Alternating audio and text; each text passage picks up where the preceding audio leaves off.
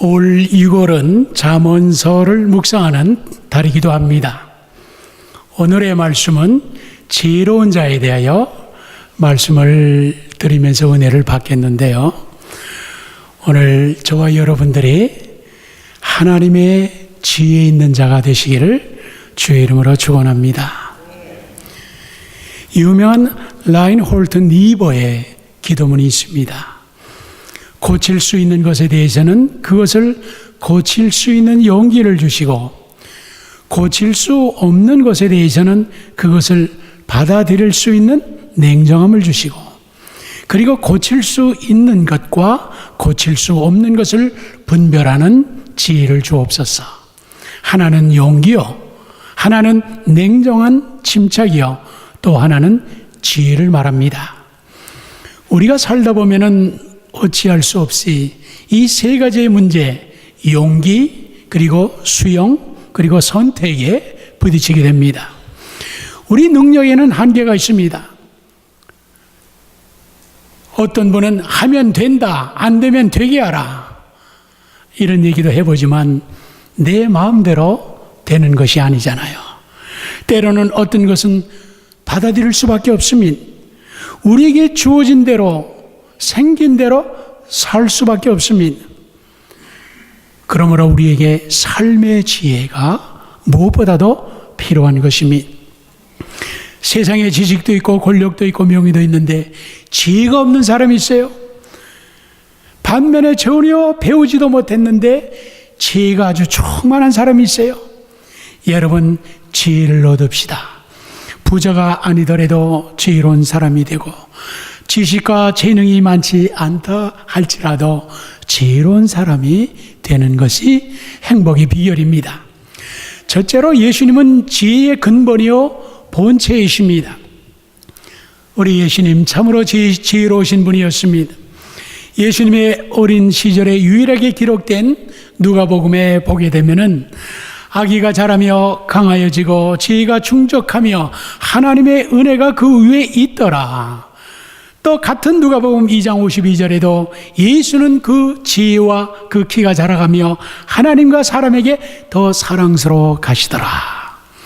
예수님이 12살이 되어서 예루살렘에 갔을 때에 성전에서 선생님들, 그 랍비들 중에서 듣기도 하고 묻기도 할 때에 듣는 자가 그 지혜와 대답을 기이 여기더라.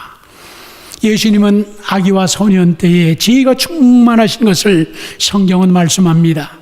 예수님의 공생의 사역에서도 마가복음 6장 2절에 안식일에 회당에서 가르치시니 많은 사람들이 듣고 놀라워 가로되 이 사람의 받은 지혜와 그 손으로 이루어지는 이런 권능이 어찌미냐. 그 예수님의 말씀하시는 지혜에 사람들이 놀라는 것입니다. 예수님의 모든 진리의 말씀과 기이한 말씀들이 다 지혜에서 온 것을 보게 됩니다. 마태복음 5장부터 7장을 산상수훈이라고 그러잖아요. 여기에 예수님의 지혜로운 말씀들이 집중되어 있는 것을 보게 됩니다. 너희는 세상의 소금이라, 너희는 세상의 빛이라, 내일 일은 내일 염려할 것이요 무엇이든지 남에게 대접을 받고자 하는데도 너희도 남을 대접하라. 이 황금률이요 좁은 문으로 들어가라. 그들의 열매로 그들을 알지니. 사복음에서 더 많은 예수님의 지혜로운 말씀들이 기록되어 있습니다. 그래서 고린도전서 1장 30절에 예수는 하나님으로부터 나와서 우리에게 지혜와 의로움과 거룩함과 구원함이 되셨으니 예수 그리스도가 우리에게 지혜가 되셨다, 이렇게 말씀을 합니다. 골로새서 2장 3절에도 그리스도 안에는 지혜와 지식의 모든 보화가 감춰져 있느니라. 그리스도 안에 모든 지혜가 감춰져 있다고 말씀하고 있습니다. 그래서 지혜로 충만하신 예수님이 누가복음 21장 15절에는 너의 모든 대적이 능히 대항하거나 변박할 수 없는 구변과 지혜를 너에게 주리라. 예수님은 제자들에게 지혜를 주리라 말씀을 합니다. 마태복음 10장 16절에 그러므로 너희는 뱀같이 지혜롭고 비둘기같이 순결하라. 마가복음 12장 33절에 마음을 다하고 지혜를 다하고 힘을 다하여 하나님을 사랑하라. 우리 성도님들은 그리스도를 믿고 그리스도를 따르는 우리 성도님들, 그리스도와 같이 지혜로운 자가 되시기를 주의 이름으로 축원합니다. 어제 토요일 잠언 묵상이 잠언 8장이었습니다. 잠언 8장을 보게 되면은 지혜를 의인화, 인격화해서 여성 명사로 사람들을 초대합니다. 그래서 지혜의 초대에 응하는 자에게는 큰 유익이 있습니다. 지혜를 통하여 얻게 되는 이 축복은 진주보다 나오며, 지혜는 능력이 있어 세상을 다스리며 마침내 영원한 생명을 얻게 합니다. 이 잠언 8장과요 요한복음 1장을 비교해 보십시오. 태초의 지혜가 그리스도임을 확실하게 말씀하고 있습니다. 잠언서 8장 22절에 지혜가 태초에 세워졌으며, 그런데 요한복음 1장 1절에 태초에 말씀이 계시니라. 바로 그 말씀이 로고스의 말씀이요, 그 말씀이 하나님과 함께 하신 예수 그리스도라, 이렇게 말씀합니다. 잠언서 8장 30절에 지혜가 창조자가 되어 궁창과 땅의 기초를 정하니라.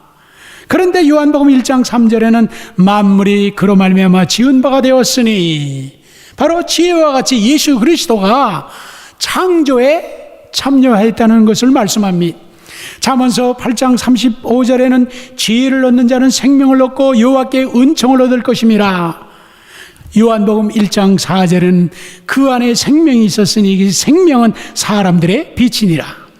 예수 그리스도는 태초부터 창조주이시고 그는 진리이시고 그리고 지혜의 완성자라서 이 땅에 오셔서 사람들을, 인간을 구원하시고 인간에게 영원한 생명을 주신 것입니다.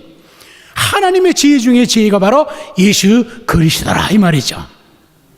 잠언은 계속해서 말씀하죠. 그래서 너희는 이 지혜를 너희 눈동자처럼 소중히 여기라. 이 지혜를 마음판에 아주 새기라.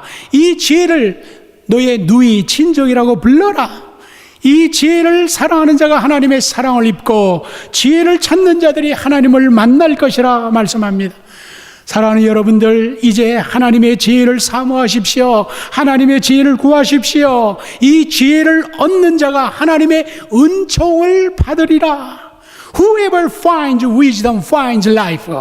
지혜를 찾는 자는 바로 생명을 찾느니라 말씀을 합니다. 두 번째, 불의한 청지기의 지혜를 본문은 말씀합니다. 누가복음 16장 1절에 어떤 부자에게 청지기가 있는데 그가 주인의 소유를 낭비한다는 말이 그 주인에게 들린지라. 오늘 본문은 예수님이 말씀하신 비유입니다.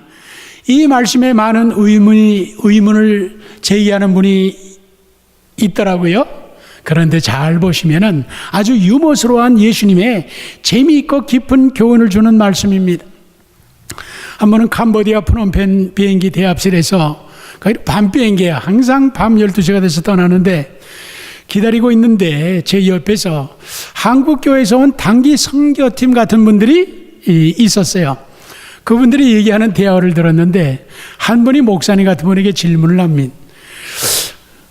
목사님, 불의한 청지기 비유에서 왜 주인이 불의한 청지기를 칭찬하였는지를 이해가 안 됩니다. 그래요. 그래서 목사님이 여러 가지로 대답을 주시는데 그 질문한 분이 그렇게 만족한 것 같지는 않았어요. 자, 옛날에 청지기가 있었습니다. 청지기라는 것은 주인의 재물을 관리하는 사람이요. 근데 이 사람이 주인의 돈을 남용했어요. 이 사실을 주인이 알았어요. 그래서 누가복음 16장 2절에 내가 네게 대하여 들은 이 말이 어찌됨이냐? 네가 보던 일을 세마라. 청지기 직무를 계속하지 못하리라.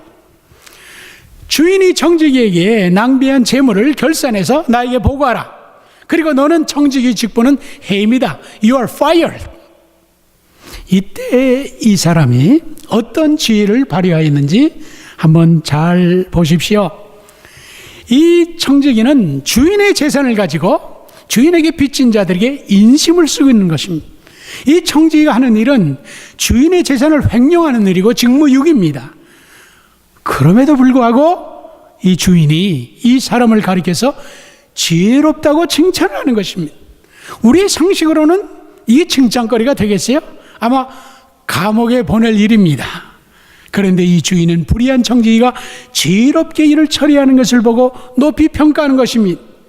자, 주인이 칭찬한 그의 지혜가 무엇일까? 한번 우리가 몇 가지로 분석해 볼 수가 있습니다. 자, 첫째는 이 청지기가 지혜는 하나님에게서 온 것을 지금 시인하는 것인데요. 자, 누가복음 16장 3절에 이 청지기가 속으로 이르되 주인이 내 직분을 빼앗으니 내가 무엇을 할까? 땅을 파자니 힘이 없고 비로 먹자니 자 부끄럽구나. 지혜라는 것은 하나님께서 온 것을 시인하는 것인데 여기 청지기는 자기의 잘못을 시인을 합니다. 청지기는 주인의 판결에 대하여 이의를 제기하지 않습니다. 주인의 질책을 받고 전혀 변명이 없습니다. 책임을 남에게 전가지도 않습니다. 자기의 잘못을 솔직히 인정하는 것을 봅니다. 요사이는요 정말 오리무중한 세상이에요. 뭐가 진실이고 사실인지 알 수가 없어요. 왜냐하면 사람들이 정직하지 않기 때문이에요. 잘못을 해도 시인하지 않으니까 법정 공방이 치열한 것입니다. 사실 누가 먼저 머리를 숙이고 내가 잘못했다 인정을 하고 사과하고 수정을 하게 되면 다 해결이 되는데 이게 안 된단 말이죠. 다윗 왕이 간음과 살인죄를 졌지만은 그 당시 큰 제국을 이루고 보좌에 앉아있는 이 영화를 누리는 대왕의 신분으로서 사실 그런 간음죄, 살인죄 아무것도 아니죠. 그가 변명할 수도 있고 자기를 고소하는 나단 선지자 한 칼에 탁 이렇게 죽일 수도 있는 그런 권세를 가진 다윗이었어요. 그런데 다윗이 누구를 탓하거나 변명하지도 않고 정직하게 그 앞에 무릎을 꿇습니다. 나는 죄인으로서이다. 이 고백을 합니다. 여기에 다윗의 위대성이 있었어요. 그래서 다윗이 축복을 받은 거죠. 여러분, 자기의 잘못을 솔직히 깨닫고 시인하는 것이 이것이 지혜입니다. 그리고 이 청지기는 주인의 권리를 인정을 했습니다. 내가 직분을 더 이상 가지지 못하리라 주인이 말할 때에 당연지사로 받아들입니다. 주인의 결정대로 인정하고 순종합니다. 청지기가 아무리 내 재산처럼 관리를 했지만 주인이 어느 날 다 내놓으라 그러면은 다 내놓아야 되는 겁니다. 욥이 영광과 부귀를 누리는 동방에 제일 가는 부자였지요. 하루아침에 모든 재산이 다 날아가고 자식들이 다 죽었습니다. 그리고 기와 조각으로 몸을 긁는 환자가 되어버렸어요. 그런데 그가 그 고통을 무릅쓰고 욥기 1장 21절에 뭐라고 고백합니까? 주신이도 여호와시요 고든이도 여호와시오니 여호와의 이름이 찬송을 받을지니라. 여러분, 지혜라는 것은 아무리 어떠한 일이 어떠한 상황 속에서도 이것을 하나님의 섭리로 감수하고 받아들이는 것입니다. 청지기가 자기의 잘못을 정직하게 시인하고 주인의 결정대로 순종하는 이 모습을 여기서 봅니다. 이것이 지혜라 말이죠. 나 자신의 모습을 바로 볼 줄을 알고 하나님의 뜻대로 순복하는 것이 지혜라 이 말입니다. 잠언서 9장 10절에 여호와를 경외하는 것이 지혜의 근본이요 거룩하신 자를 아는 것이 명철이니. 하나님은 지혜의 하나님, 지혜의 근본이요 지혜의 원천이십니. 그러므로 하나님을 먼저 잘 경외함으로 이 지혜가 시작되는 것입니다. 하나님을 똑바로 알고 하나님을 두려울 줄 아는 것이 지혜라는 것입니다. 여러분, 아무리 똑똑한다 할지라도 하나님이 없이는 그 사람은 어리석은 사람이 되는 거예요. 지혜 중에 지혜는 하나님의 뜻을 아는 것입니다. 하나님의 뜻이 이루어지는 것이 그것이 최고의 최선이다 이 말이에요. 하나님을 경외하며 하나님의 뜻에 순종하는 것이 이것이 놀라운 지혜입니다. 두 번째, 이 지혜라는 것은 할 일을 아는 것입니다. 누가복음 16장 4절에 이 말이 있어요. 내가 할 일을 알았도다. 그리고 5절 7절에 보게 되면은 주인에게 빚진 자를 일일이 다 불러다가 먼저 온 자에게 내가 주인에게 얼마나 빚졌느냐 기름이 100마리이다. 여기 내 증서를 가지고 빨리 앉아 50이라 쓰라. 또 다른 이에게 이르되 내가 얼마나 빚졌느냐. 미리 백성이니이다. 내 증서를 가지고 와서 80이라 쓰라. 하고 지금 인심 쓴 것입니다.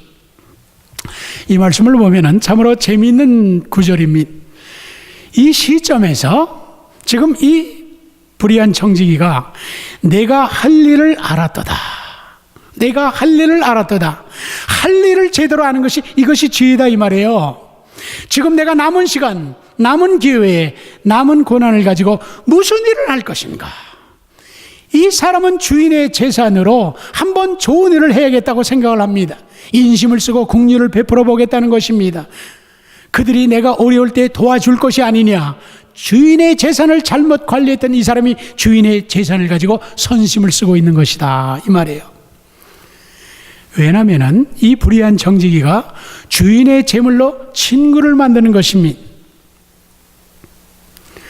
왜 이 청지기가 칭찬을 받았는가 여러분 한번 잘 생각해 보세요. 주인의 재산을 이 친구를 만드는 것이 이것이 지금 칭찬받을 일이었다 이 말이죠. 우리 성도들이 친구를 만드는 것이 중요합니다.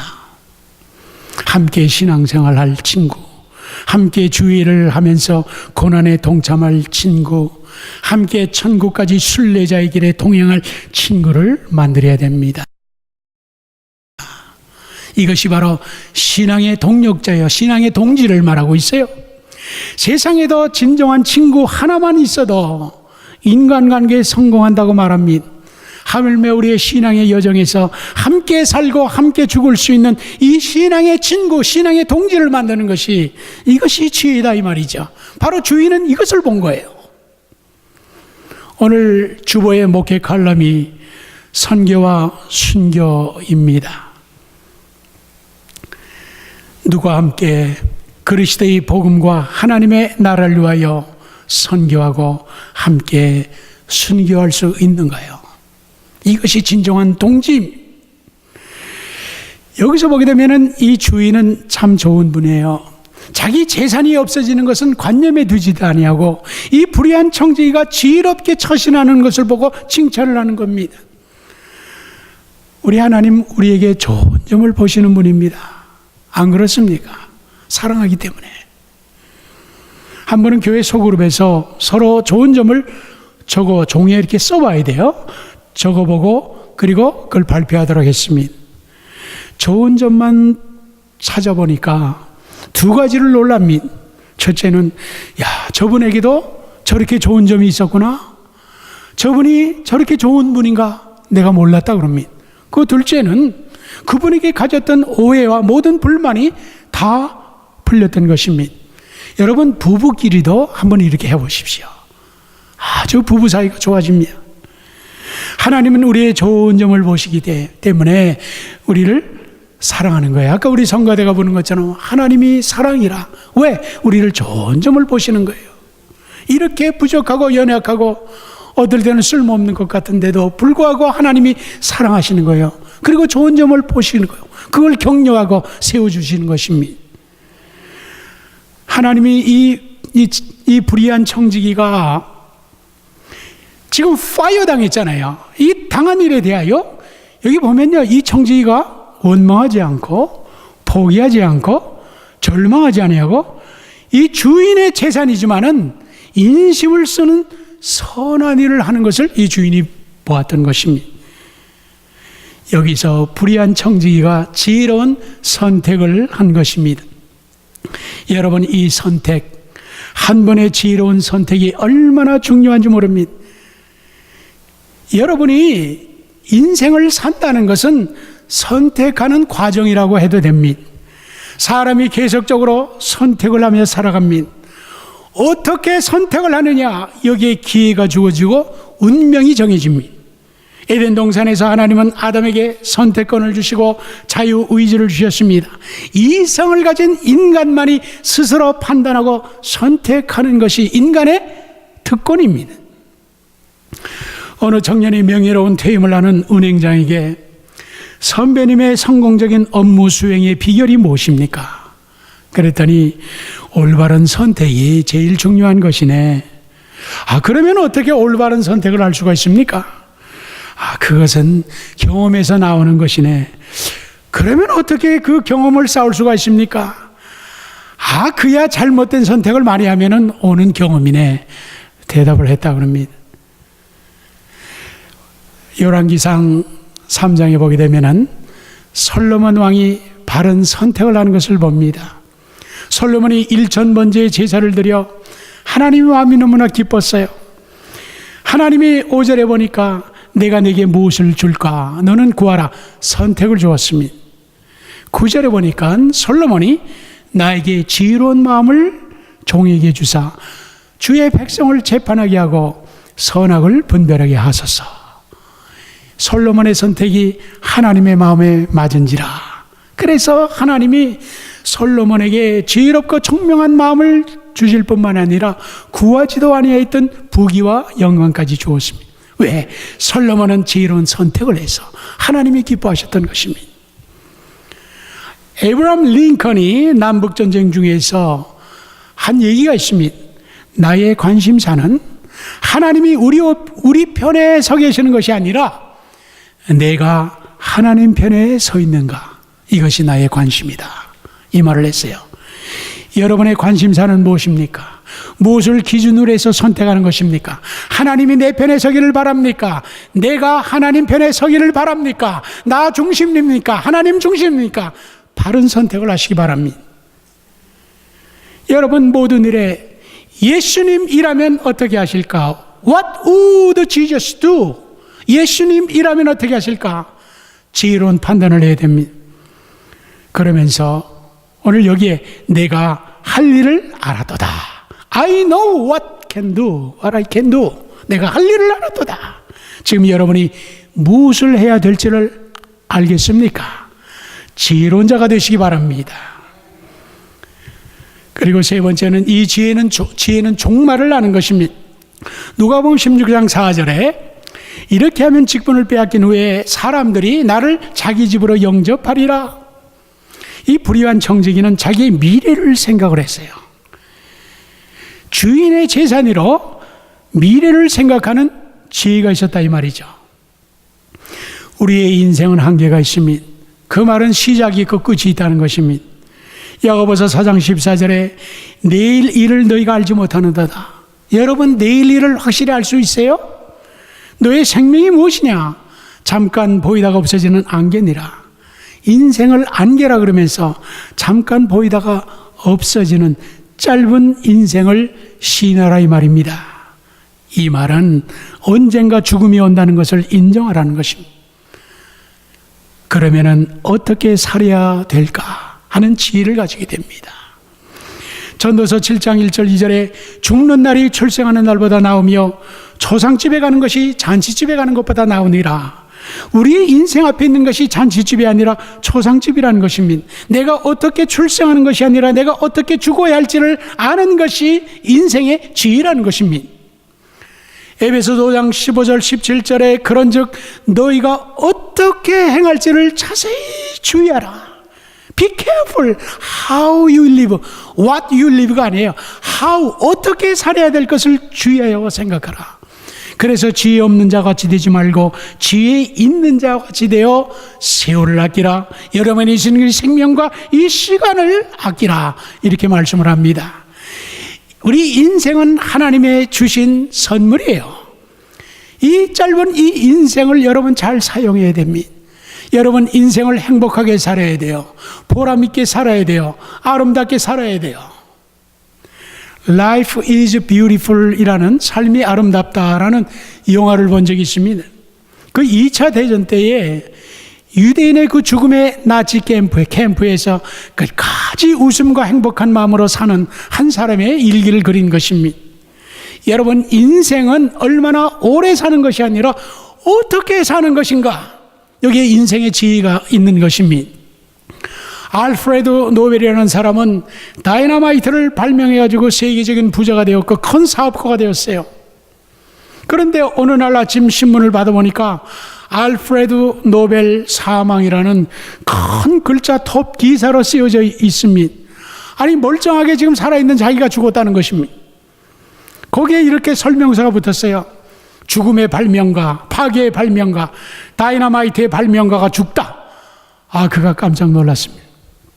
사실 이것은 그 프랑스의 어느 기자가 동명이인을 오해하고 실수로 낸 기사였습니다. 그런데 노벨은 이 신문을 보고 충격을 받은 것입니다. 그렇지. 어느 때라도 내가 죽으면 바로 이렇게 신문에 날 것인가? 죽음의 발명가, 파괴의 발명가가 죽었다고 날 것인가? 그렇다면 나는 이제 어떻게 살아야 되지? 생각하고 생각 끝에 그는 모든 재산을 다 바쳐서 세계 평화에 기여하는 분들에게 상을 주도록 하였습니다. 그것이 바로 노벨 평화상이 시작된 것입니다. 여러분, 이제 종말을 바라보면서 무엇을 해야 되겠습니까? 현재 내가 건강하고 살아있는 이 시간이 얼마나 귀한 줄 아십니까? 여러분, 지금의 이 삶을 적자 손해로 관리하고 있습니까? 아니면 흑자 이익으로 관리하고 있습니까? 그러니 얼마나 살았느냐고 묻지 말고 어떻게 살았느냐고 물으십시오. 예수님은 33년을 사셨습니다. 길게 산다고 좋은 것은 아닙니다.